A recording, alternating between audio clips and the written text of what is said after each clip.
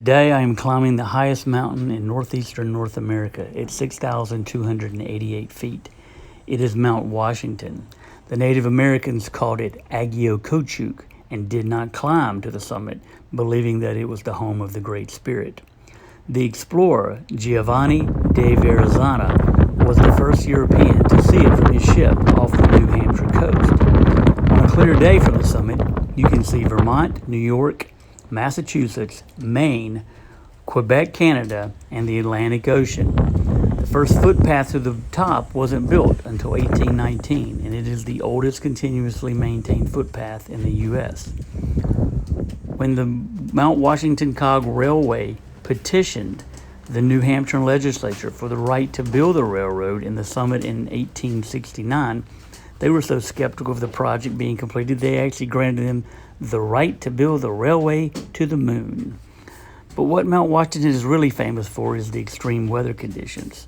The highest surface wind speed ever observed by anyone was recorded here April 12, 1934 at 231 miles an hour. The highest ever recorded temp on the top was 72 degrees, and the lowest was negative 47 degrees without a wind chill. The average temperature in July is only 49 degrees. The Weather Observatory building was designed to withstand 300-mile-an-hour winds, and structures are chained to the mountain. The erratic weather forces hikers to plan their hikes to the summits very carefully.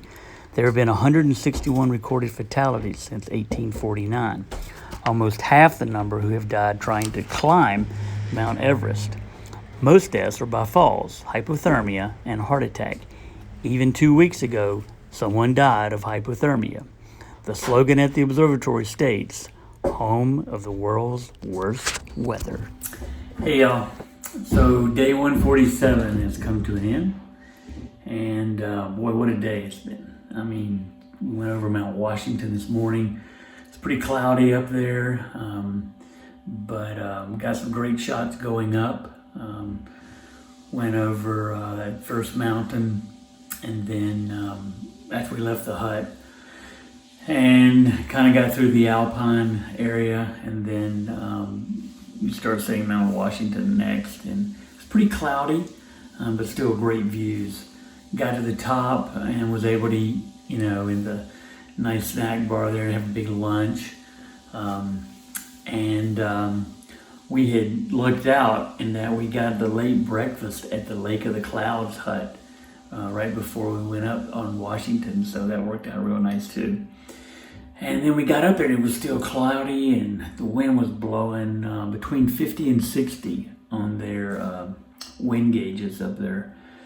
And we were just about to leave. We'd been there almost an hour, and then the clouds broke and we just got gorgeous sunny views and got our picture made and all that stuff. So that was really fun. And then, made our way off of that mountain and then over Mount Adams. All those gorgeous views, through the valleys. It was very rocky. It was very tough walking, but boy, the views were just stupendous, just unbelievable. Best on the whole trail for sure. The White Mountains are the hardest, no doubt about it. Very tough walking.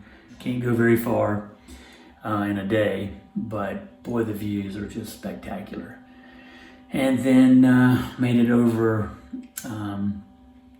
Made it down here to the hut, and we decided to try to stay here at Madison hut. And we had called before and got on the radio, and they were booked.